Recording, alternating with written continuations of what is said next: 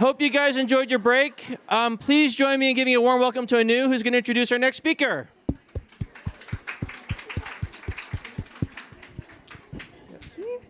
Hello, everybody. Hope you've got your teas, coffees, plums, muffins. I didn't manage to get one, but I'm sure there's some beautiful food out there. So everyone, my name is Anu. I am part of the C Ventures team. I joined 3 weeks ago, so I'm reading from a phone. I will be running this year's Catalyst program for C Ventures for female founders looking to fundraise. So I want to get a quick show of hands. If you're looking to fundraise this year, put your hands up. Oh my goodness, that is, wow, pretty much nearly all the room. So we could have the next UK's unicorn in this room, potentially. And that sounds really exciting, but there's a lot of graft behind that. So the next question that I have is if you've gone through the fundraising process, to put your hand up.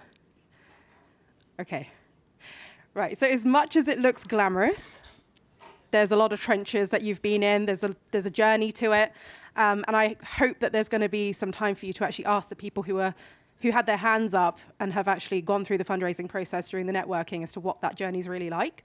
And that's really where C comes in. So it's a lonely road, and C Ventures Catalyst program comes in at an 8-week period. We go down in the trenches with you, with mentorship, advisory, and network to help you leapfrog through the raising process.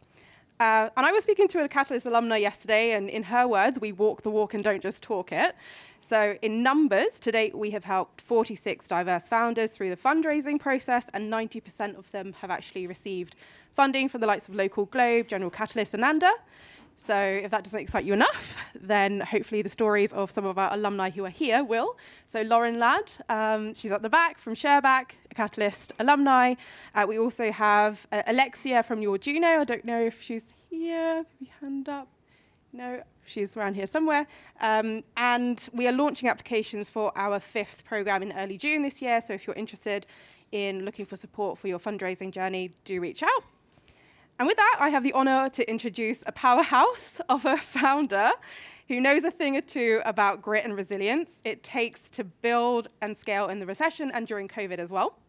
Dimple Patel comes from humble beginnings, jumped into entrepreneurship at 23 by buying a failing coffee shop during the recession and turning it around to profit and scaling it to over 37 venues across the UK. She then had a stint in building Trouva. So this is an online marketplace for independent boutique retailers, helped the company raise 40 million and scale operations to support just short of 1,000 brick and mortar businesses shipped into 50 countries. And this is again during COVID. And she later sold it in 2022. She is now the CEO of NatureMetrics, the world's first nature performance monitoring service, and helping them scale in a $154 billion market for nature-based solutions. So with that, I'd love to introduce you to Dimple for the next workshop.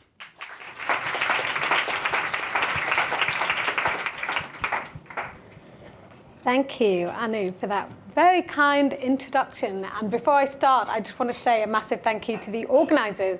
I started my first business 15 years ago. 15 years ago, there was not anything like this. So to be able to look across a room of women who are looking at starting their own companies is incredible, but also the amount of support that there now is for that as well. So hopefully you won't make all of the mistakes that I made along the way. I'm here to share some of them. But today we're going to be talking about go-to-market strategy. So just a bit of background before I jump into what this is. I have navigated B2C, B2B, enterprise across consumer, climate, and hospitality. So go-to-market is, there's an element of strategy that is applicable across all of those sectors and all of those verticals, but it's something that if you don't get right early on, you will never be able to scale your product. So we're going to jump into it, probably try and share some of the my own mistakes along the way, but we can talk through some of the big, very well-known ones as well. Cool. So before we jump into go-to-market, product market fit, we just had a whole session on it. Now this is really important because what we're doing with product market fit is we're proving that there is a problem that is worth solving both for the customer and for the business. And you know you've achieved product market fit because the people that know about it care enough to pay with their time or their money. So you're starting from a position where people care about the problem that you're trying to solve. When you're going to market, the default position is nobody cares. People don't know about your product, nobody cares enough to give you their time, nobody cares enough to give you their money yet. So when you're thinking about go-to-market, the first question is, how do you make people care enough to engage with your product? And when people think about go-to-market, a lot of it is about buying customers, customer acquisition. How much did it cost to get somebody to pay for your product? Really what you're trying to build, particularly when you're working in tech, particularly when you're working in new category defining companies, is you're actually trying to change the way that consumers or businesses are behaving. So actually, let's skip ahead because these are in the wrong order. So behavior change. So this is what go-to-market is fundamentally about. Nobody is going to engage with your product if they do not change the way that they are doing something today. First, it's telling people that you exist. So how do you find them? How do you get them to engage with you? But really understanding that at the core of what you are building, particularly if you're conquering something that is a big problem, it's a complex problem because, let's be honest, a lot of the easy problems have been solved already. The complex problems do require some element of behavior change. This means is education. So how do you educate your consumer? How do you prepare a market that doesn't exist today? And how do you do it in a meaningful enough way that the behavior change that you are driving is long-term? So before you even start thinking about channel partners, you start thinking about partnerships, you start thinking about social media campaigns, we take a step back and we think about who is our customer? What are we asking them to do? And how are we going to build a strategy that gets them to engage with us in the way that we want them to engage? So this is the economist in me talking, but it's a really good default position because it means that when you are building your go-to-market strategy, you're kicking the tires on your own strategy. You come out of product market fit really optimistic, you put blood, sweat, and tears into building this product, and you think it's going to absolutely change the world. If you do not go into your go-to-market strategy from a position of actually being incredibly pessimistic, then to some degree you're setting yourself up to fail. If you have really picked holes in all of the plans that you are making, then you're more likely to succeed. You're more likely to have actually identified some of the things that can go wrong, and you will have also built contingency plans behind that as well. So if I go back to this. So the first thing is you're trying to drive behavior change. You're not buying customers. That is incredibly transactional. I know as we scale companies, we start thinking about customers as transactional, and to some degree that is why companies get too far away from their customers and they lose sight of what they're trying to build. The second thing is that what you're selling is not your product. Now, I'm currently the CEO of NatureMetrics. I joined the business in November last year. And I remember when I got the call about the role initially, and they explained to me what NatureMetrics did. And the first thing that I said to them, which is to some degree a typical female response, was, you do know that I'm not a scientist, right? This is a science-based company. Why are you reaching out to me about running it? And their response was, we've got loads of scientists. We don't need any more of those. We need somebody to come in, commercialize this business, scale it, take it to market. Great. That first week at NatureMetrics was so intense, I felt like my brain was on the floor every day that I was leaving the office. I was surrounded by people in lab coats, we had robots in the labs, and I didn't understand any of the ecology that sat behind the product. But the worst thing was, every time I engaged with anybody in the business about what we do, I got a 10-minute lecture about DNA extraction and sequencing and microbiomes and macrobiomes and all of these words that I didn't understand. And that's before I even start telling you about the acronyms, which, to be honest, to this day, I still don't understand most of them. But this is where particularly science-backed companies go wrong, because we are so wrapped up in how amazingly cool our product is and what our product can do that we lose sight of the value that it's creating for our client. So when we're selling this product, it is not we provide you DNA analysis for soil and water samples that will tell you every single species that is present in this environment and give you a whole bunch of metrics that you might be able to report on. this is what we're selling. So an example client might be Kellogg's. We all know Kellogg's. They make our breakfast cereal. But a key ingredient for them is the wheat that is grown. So that is a raw material. We provide soil and water analysis. What that soil and water analysis does is it tells you the health of the biodiversity in that area, and therefore speaks to the yields that you're going to get and how expensive your raw materials are going to be. This, in turn, dictates your P&L. Fundamentally, all they care about is how much money they make. If you sit there, and we did have situations of ecologists selling the products in, and you could see people's eyes glaze over, and then they drop off, and then they ghost you, and you'd never hear from them again. As soon as you start engaging with them in a language that they understand, they sit up, they pay attention, they engage. Because fundamentally, anybody that is looking to rise within one of these businesses wants to have ownership of P&L. So it's really reaching into the thing that they care about, really refining your messaging so that you're not even telling them how smart your robots are, or your scientists, or whether you've got high air pressure or low pressure in your labs to stop cross-contamination. They don't care about any of that. What they care about is what they can do with your product and what the ROI on your product is going to be. So this one, it feeds into your brand messaging, it feeds into your campaign messaging, and fundamentally it also feeds into the way that you talk about your product. Now, this doesn't just apply for clients. I know a lot of you are raising money at the moment. This also applies to your investors. There is nothing worse than an investor that has disappeared down a scientific rabbit hole that they do not understand, because there is no way for you to wrench them back out of that. But really, it's about value-based selling. So as you scale, really think about the value that you are providing to your clients. So here's an example of a behavior change. We all know about Uber, massively loss-making company that burned through loads of cash, reached a huge amount of scale, and then had to make a massive push to profitability. But the world before Uber, there were social norms that meant, and I sound like my mum here, you do not get in cars with strangers. And so when you think about what Uber were trying to do, yes, this focus on transport. Yes, it was about pricing. It was about convenience and availability. But fundamentally, it was about breaking this social norm.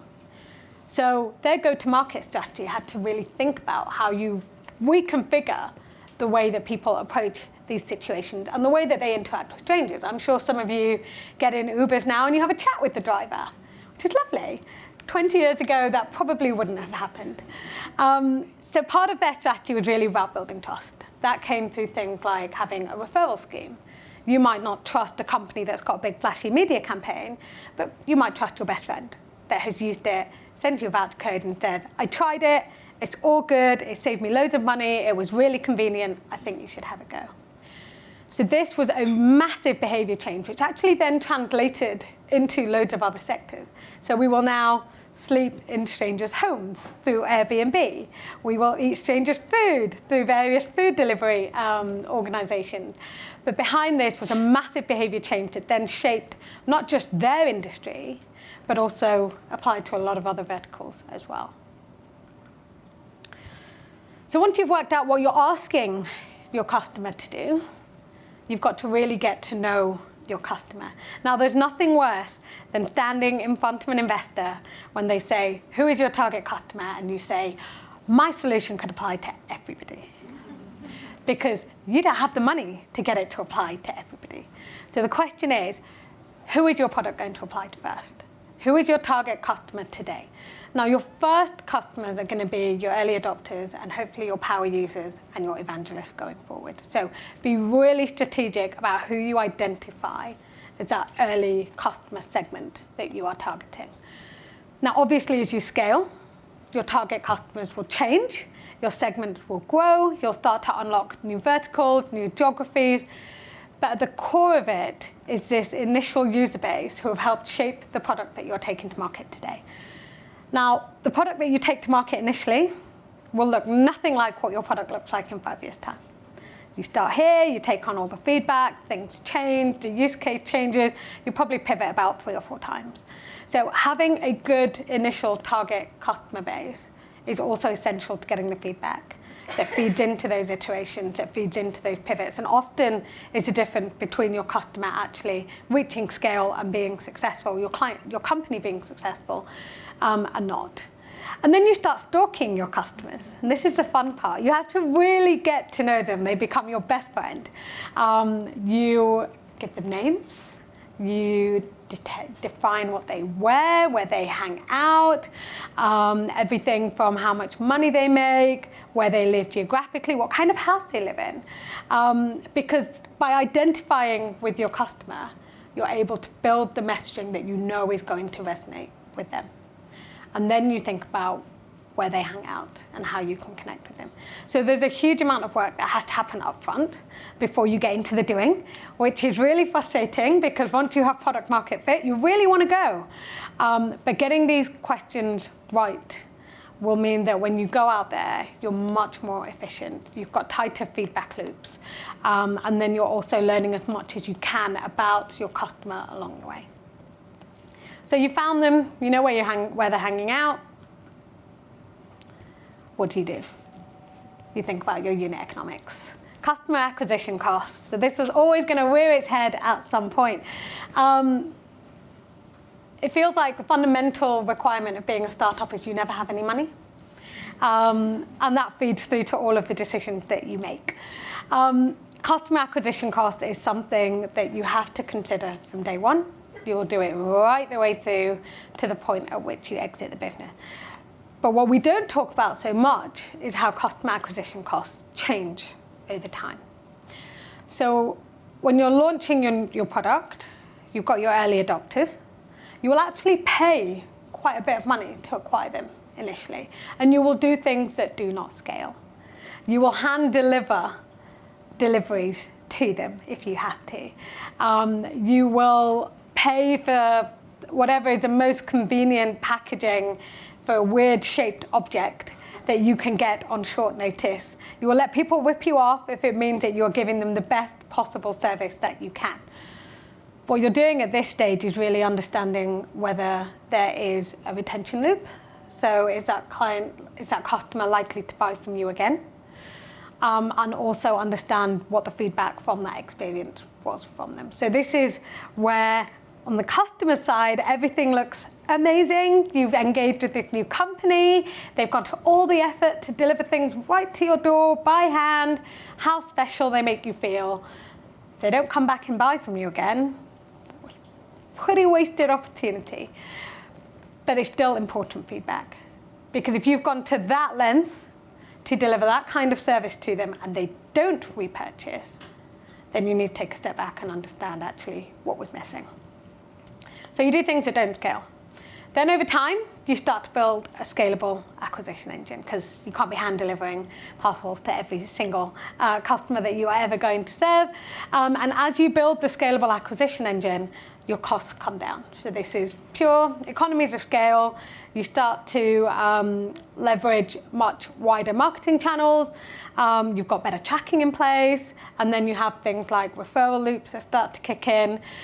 So actually, your unit economics looks a bit better at this point. Your customer acquisition costs drop. Your retention loops mean that when you're acquiring a customer for £10 and they buy from you 5 times over at £10 each, actually that makes sense. If they only ever buy from you once, that 1-to-1 ratio is not scalable. So in the back of your mind, when you are thinking about how much you are spending on getting your customers where they are, discounts, referral schemes, all of those pieces, make sure you're thinking about what that cost looks like today, how it's going to drive retention, and what it's going to look like in the future. And then what it means for future segments of customers that you're looking to unlock. The retention prospects in particular, which always come up in conversations that you're having with investors and all the various metrics like LTV over CAC and all of that fun stuff, that determines how much you're actually willing to spend to acquire a customer in the first place. So if you're building a B2B software company and you're going to lock somebody into a 5-year subscription and you're going to charge them on a per user base, you probably have a little bit more budget to play with. If you're running an e-commerce marketplace platform, as we were at Trouva, and you sold somebody their first pair of Age trainers, and you kind of hope they were going to come back and buy from you again, but you didn't know for sure, then you can't be breaking the bank in terms of acquiring those customers. And you have to build that in from day one. You have to enforce a certain element of discipline in the way that you go about your acquisition, even if you are doing things that do not scale. Once you have that customer segment, you then start building for the next one, because that is how we scale.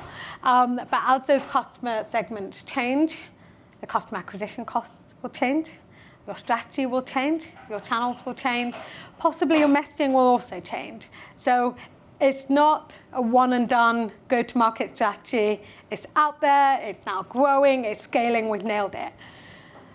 Every time you want to unlock the next stage of growth, you go back to the beginning. You sit there, you think about how your product has already resonated with that group of customers, but then you think about what does it mean to the new ones? Where are they likely to be? And also when you're thinking about those different customer segments, don't take a customer segment here and then try and target one over there. Think about it in terms of incremental growth. So where are the similarities in these customers? Remember, you've got to know them. You know their families, their dogs' names, their names, where they hang out, everything. Just change one or two factors in their composition, and then that is your next target. Often you can get them to actually open up new segments for you as well. So really, really use the retention loops, use the referral loops to get this engine doing as much of the work for you. So Airbnb, similar behavior change to Uber. But what was really interesting was how they went about finding their early users. So they obviously, at the point where they were launching, were asking you to go and sleep in a stranger's house. I'm generally not great if I don't sleep in my own bed. So this would have been a really hard sell to me when it first came out. But what they found was there was a big pool of users in certain parts of the internet that were already open to alternative accommodation options. So the question is, where are they? Where do I find them? They built a Craigslist integration. They started looking at couch surfing forums, and they started tapping into travel subreddits. So again, it's really thinking, you know, they probably went out there and thought, Airbnb can take on the entire hotel industry. I'm sure they had massive dreams. They started with the sofas. And I think this is really important because you've got to work out where that entry point is. You've got to get the trust, you've got to get the validation early on, and then you use that to message and unlock new segments of users. Now you go on holiday, I'm sure you look at hotels, and I'm sure you look at Airbnbs as well. But when they first came out, this was absolutely wild. And they did it incredibly efficiently because the costs of those channels is really, really low. So go-to-market channels. What is your route to market? So this is a really, really important part of your strategy, and it's relevant across both consumer, B2B, enterprise, small business. Are you going direct or are you going indirect? Now, what sits behind this is if you are going direct, you own the customer. That means you're able to interact with them, you're able to engage them, you're able to reactivate them. So if they churn, you've got their contact details, you can outreach them, you can reacquire them. If it is indirect, you do not own the customer. So the only way that you can influence the customer behavior is obviously by making your product as good as it possibly can be, but then you're leaning on things like your social media, your brand positioning, your brand messaging. Everything else then has to go through whoever this partner seller is, or the wholesale materials that you're providing to the person that is selling on your products. The other thing that also changes with these are your margins, but actually your customer acquisition costs as well. So again, we circle back around to the P&L and the unit economics. But if you're going direct, then your margin generally, your gross margin will be better because you're not having to give a slice to whoever is selling your product on. But if you're going indirect, the customer acquisition cost is somebody else's problem. You give them the material, they work out how to scale it, they work out how to go from selling 5 of these products to 10 of these products. Whereas if you're going direct, you're at the mercy of Google marketing, but various other costs that do land on you regardless of whether you acquire that customer or not. So this is one to think about quite early on. It will speak to things like your pricing, your margin structure and whether you need enough room in that margin to be able to allow these reselling partnerships to come about. There's nothing worse than having a reseller partnership conversation than finding that actually none of the financials work, but you've already launched a product somewhere else on a fixed price, and so now you need to raise the price for everyone. So really think about what this route to market is going to look like early on. It may also vary by geography, and I think that is probably less of a problem in terms of pricing. So you might have a direct channel in the UK, you might sell via a reseller or a partnership agreement in the US. And that is fine, because you would expect there to be a pricing differential between the two. You probably wouldn't have all the details on this before you launch, but it's definitely one to think about in terms of how your product fits within the broader market landscape. The other piece to look out for, which is particularly interesting in our space at NatureMetrics, so we do, as I mentioned, eDNA analysis on soil and water. So we're all about biodiversity monitoring. What we're finding in this space is people use acoustics, so they literally listen to sound and try and attach sound to birds, which is very interesting. They're using satellite data. And sometimes they use an ecologist with a clipboard. So when we're looking at launching in new markets, for us it's, okay, what is our tool? What are the other tools in the broader landscape? Do we need to be partnering with anybody? So we're providing a consolidated offering. What does the competition look like there as well? And then how do we price based on what is already out there? I know the previous presentation said that, don't go set out to solve a problem that hasn't been solved before. That means that you are going to encounter competition. So when you're looking at your go-to-market strategy, you're looking at your pricing, you're looking at your route to market, make sure you have done your competitor analysis before you launch. That will speak to your messaging, it will speak to who your customer probably is, because if people are so tied in with one provider, do you really want to try to tear them away, or do you just want to focus on a different customer? And these channels will also change depending on what your competitive landscape looks like. And then once you're out there, feedback, feedback, feedback. I've seen this overlooked so many times. And again, you've built a product, you've got product market fit, you want to get the product out into the world, you build a go-to-market strategy, and off you go. And then there's silence, because you don't know how your product has landed. And you're sitting there waiting to see the numbers tick over as the orders come in. But beyond that, you have nothing. And in all honesty, I won't lie, NatureMetrics launched their platform with no tracking, and it has been driving me crazy. Set up tracking before you go to market. This means that you can see how your customers are interacting with your product. You can see which parts are resonating. You can see where people are spending their time. Get as much data and as much information as you can. Put them in place. Your early adopters are also likely to be your most vocal users. So set up a mechanism where they can share their feedback in a healthy way. Because if you don't, they will share it in a very unhealthy way, and your go-to-market strategy goes down the toilet. So provide a mechanism for them to send you their feedback. Be really open to feedback. Engage with them. The other thing that I found people very hesitant to do is a customer gives you, I'm going to say poor, it's more constructive, it's always constructive feedback. And it really hurts, it really stings, especially when you put everything into building that product. People are really hesitant to re-engage with that customer. They don't want to get their feelings hurt.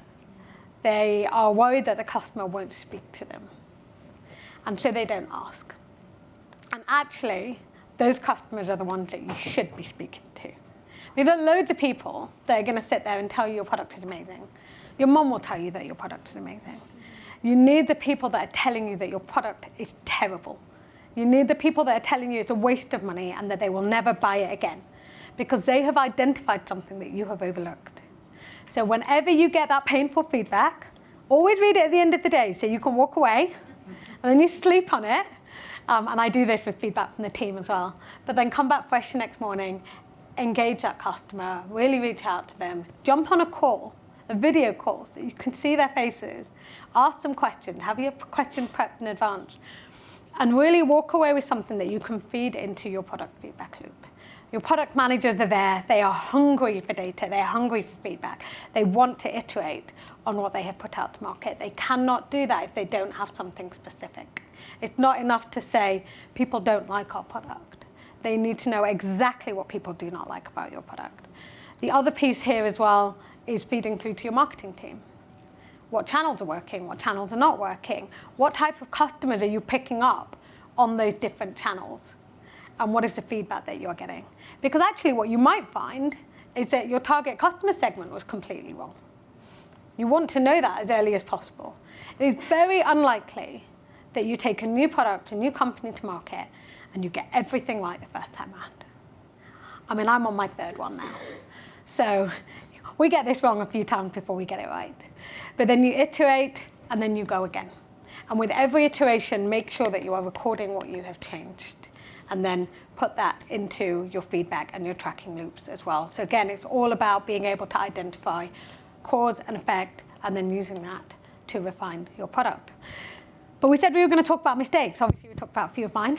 But this was a pretty messy go-to-market situation. I don't know how many of you can remember this, and I've also realized I'm in the Google offices. So probably was not the best slide to put up there. But what is really interesting here when you dig into this is they had this revolutionary new product, right, the eyewear, and they were really onto the augmented reality piece before anybody else was. So we had the whole metaverse piece coming through.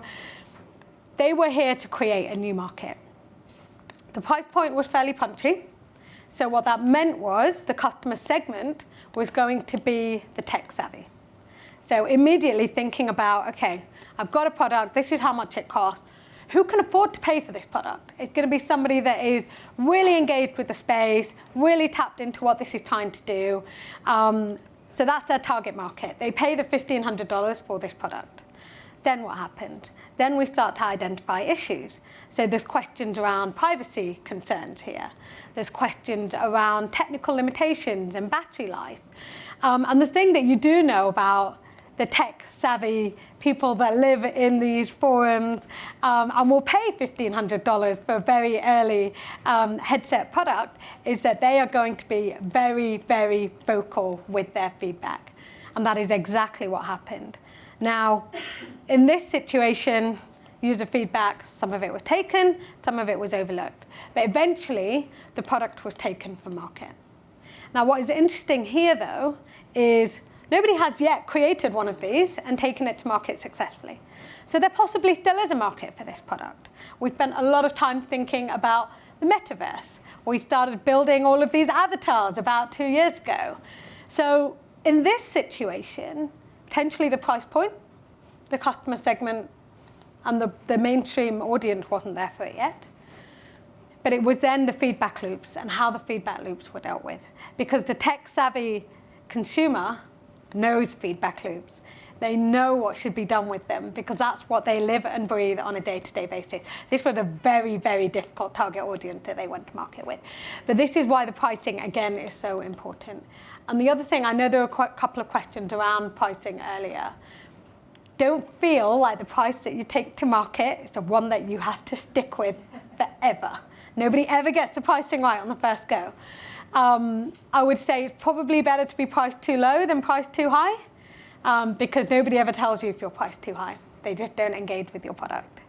But then that price point will also determine whether you're able to access your target customer base or not. So, B2C.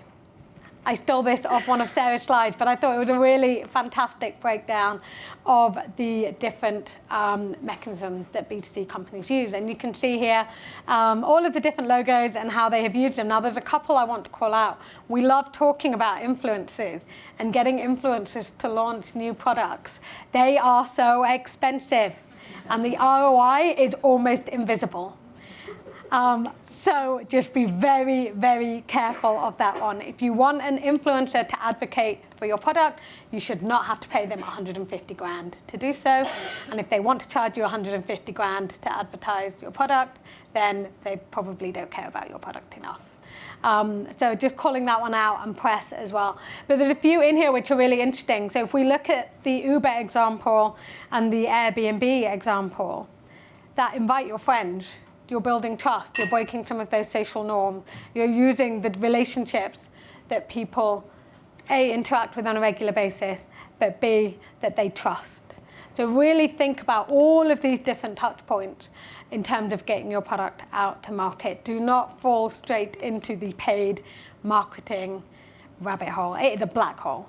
And the problem is that you will watch all of your money disappear very, very quickly if you just default to paid marketing. So really get these channels to do the work for you. And here's a fun one, Lyft. So when Lyft came to market, Lyft were not groundbreaking. Uber had already been there. They were already taking the market. Lyft saw a market opportunity. They came in.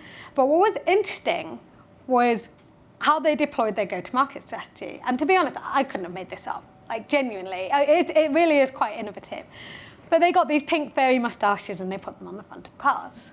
Now, what they did here beautifully was leverage the offline space. The online space is incredibly crowded. It is so expensive to get eyeballs on your products. And most of those eyeballs do not convert. So again, it's back to the offline space. How do you get people's attention? These guys did it really well. They lent into their branding, they lent into their personality, and you know what? They got an Uber Challenger off the ground. Fair play to them. But it was a pretty left field marketing campaign. So I definitely thought was worth calling out. And then on the B2B side. So B2B is a whole different beast. But the key thing here is don't underestimate your switching costs. If you are an organization or company, you will most likely be incredibly set in your ways of working. You're focusing on your P&L, you're focusing on your growth, you've got targets, your boss is on your back. The last thing you want to think about is another new piece of software. And you do not want to be going through this massive transition, new integrations, all of this faff to put in a new piece of software if you do not have to do it. So again, right at the beginning, default position, nobody cares. When you're going B2B, yes, there's value in cold outreach. I'm sure many of you have got inboxes full of spam, and your spam filters are frantically trying to get rid of those cold outreach emails. But in all honesty, very few of them actually do go through these days, so spam filters are quite good. But think quite creatively about how you engage with these. Now, what has been interesting is a lot of these software products have actually really leveraged engineering teams to get to market. Because think about where the engineering teams all connect with each other, the forums. It's easy to access a mass of different companies and engineers in one place. What you then do is you lean into things like team virality.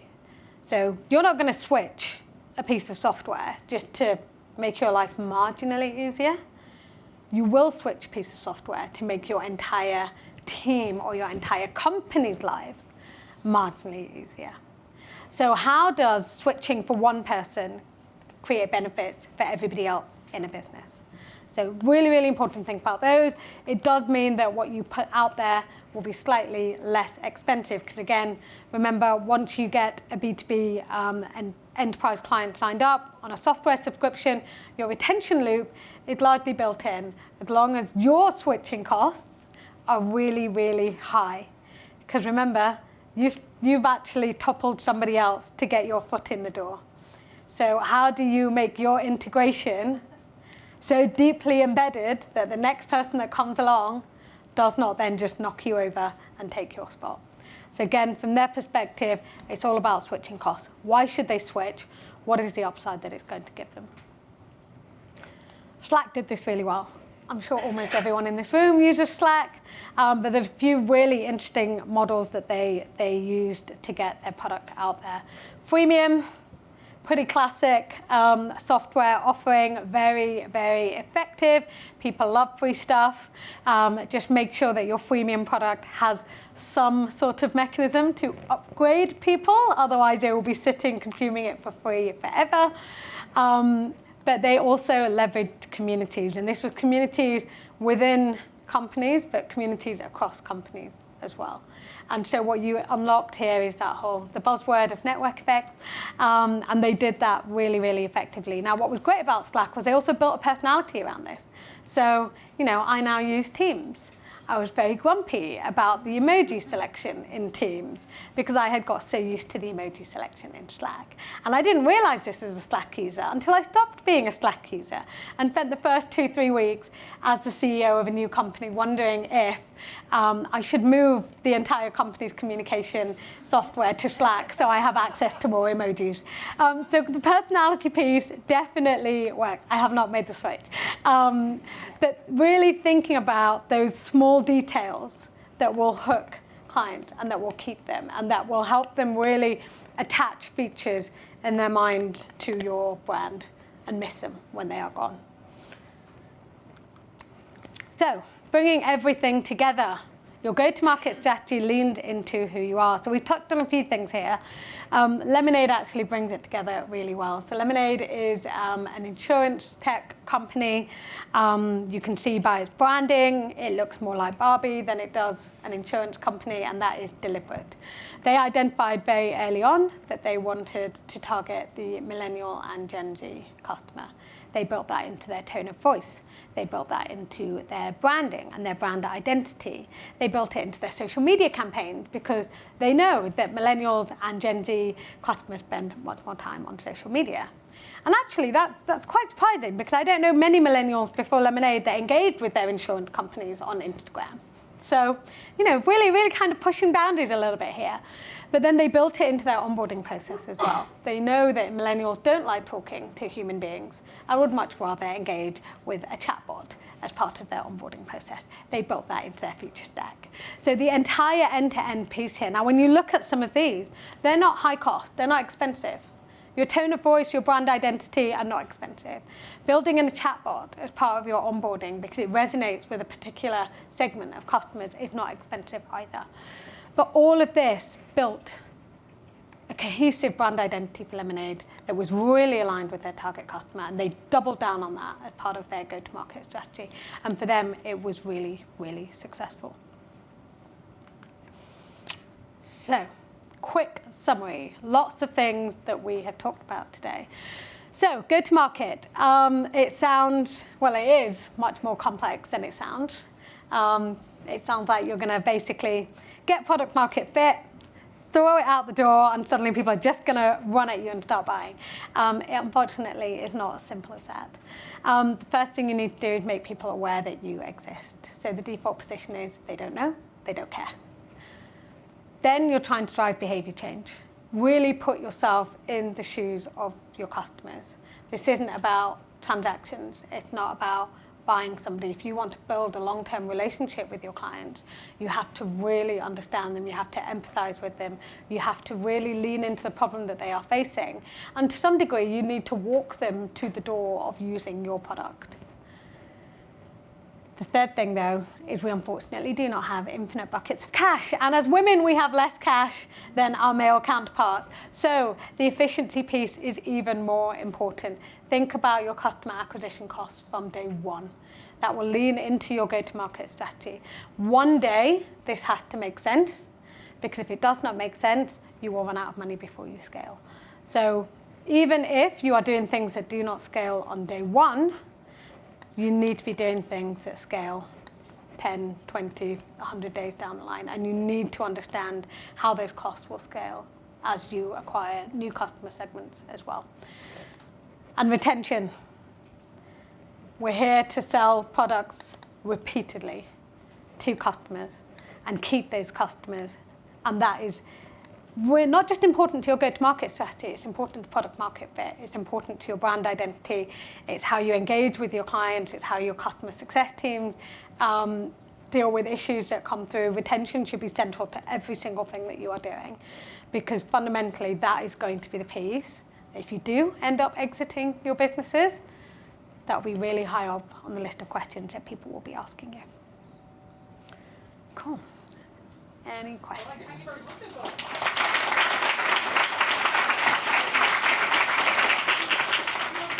5 minutes of questions? I do. Okay, amazing. 5 minutes, and then we're going to jump to a break, guys.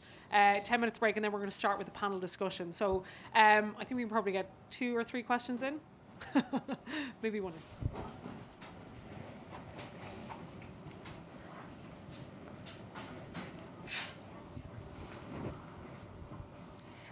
Hi, Dimple. Thanks so much for your presentation. It was really informative and engaging. I'm Eki, and I work at a pre-seed startup called Scribe.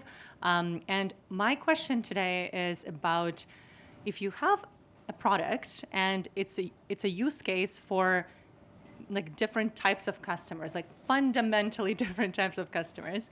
In your experience, would you say would you sell it all in one website? Would you package it differently?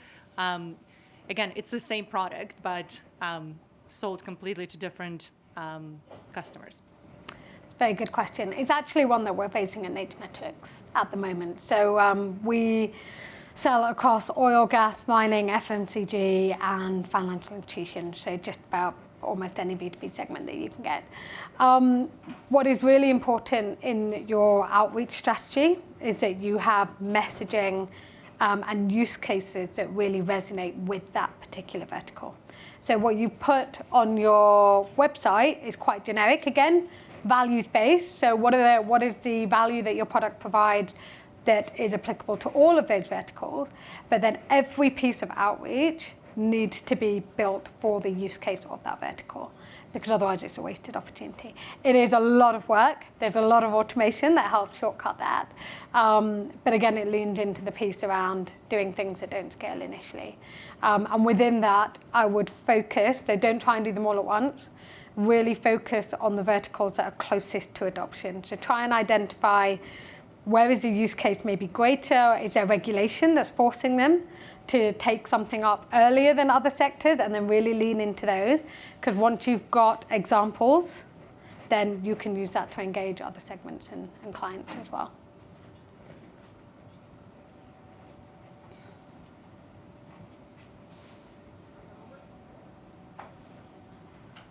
Thank you so much, Dimple, for such an informative presentation. My name is Kim, and I am a founder of a pre-seed health insurance startup focusing on women's health and reproductive health. So our go-to-market strategy is, well, we've decided for it to be more for workplace benefits. So that means it's a B2B2C product. Any tips you have for, obviously, like you said, owning the customer? The end user is the employee. So how would you advise to interact with the buyer, who is the employer? Yeah, that's a good question. So there's a few things you can lean into that actually really work in this situation. Everybody really likes being made to feel special. So you could do something like build an advisory board. You could have a feedback board that you just do with your initial B2B customers. And so you have regular catch-ups with them, and you have questions where you're leaning into, okay, what are your customers doing? What is the feedback you're receiving? What's selling well? How does this product work for you? What can we do to help you sell more products as well? But do the whole fanfare around that as well, so they feel like they've been selected to give you that feedback, and you really value it, of course. The other thing is be really intentional about what you give them. Don't worry, don't be shy about saying, this is what my brand is. This is my value proposition. This is how it should be messaged to customers. Because while you can't control how they then engage with the customer, what you can control is the materials that they have to do that. So make it accessible. Build it into some of their communication. Think about integrations that you can use. How do you make it as painless for them as possible to get the branding, to get the messaging front and center when they are selling your product to customers? Okay.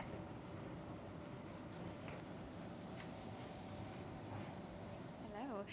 Thank you for that. That was really, really, really amazing. I'm a founder of a femtech business, super early on, building MVP in 2 weeks' time. My question is around feedback. So I'm mindful of getting feedback in such a way that it's live. So we're all humans that are imperfect, and I'm mindful of getting the feedback as close to when they have the interaction so that they don't, you can kind of see that, you know, as you were saying, like having someone live on video, that's not always possible. So I was just wondering if you had any tips and tricks on how to get feedback in such a way that you can make it accessible, but also get the right insights at the right time. Yeah, sure. So as you're scaling, so this might be a little bit further along the journey, use as many of the automated feedback tools that you can. So, you know, all of the ratings pieces, all of the reviews, etc. The piece that we set up quite early on at Trouva, which was really effective, was actually tagging all of that feedback as well, because then you can run analysis on it. So, you know, people write you blocks of text, have someone go through that, highlight key themes, store that in the database. You can then extract it as needed. There will always, though, be feedback that is imperfect. And I think some of that feedback, as you get more feedback in terms of talking to customers, it'll be easier to identify the imperfect feedback, because it will be so at odds with what you have seen everywhere else. But always validate it, always circle back, get an understanding of maybe they're not your target customer. Maybe they had a really poor experience that was actually due to something else. And then you can discount it. Kind of put it to one side and focus back on what you've received everywhere else. But make sure that you have really checked whether it is valid, whether it is helpful. Feedback should always be constructive. So anybody that turns around and is an absolute keyboard warrior but doesn't give you anything that is helpful or constructive, that goes straight in the bin. That is not helpful to anybody. So just have quite a thorough sifting mechanism on the feedback, but definitely tag it. Otherwise, as you scale, it becomes an absolute mass of words that is really, really useless otherwise.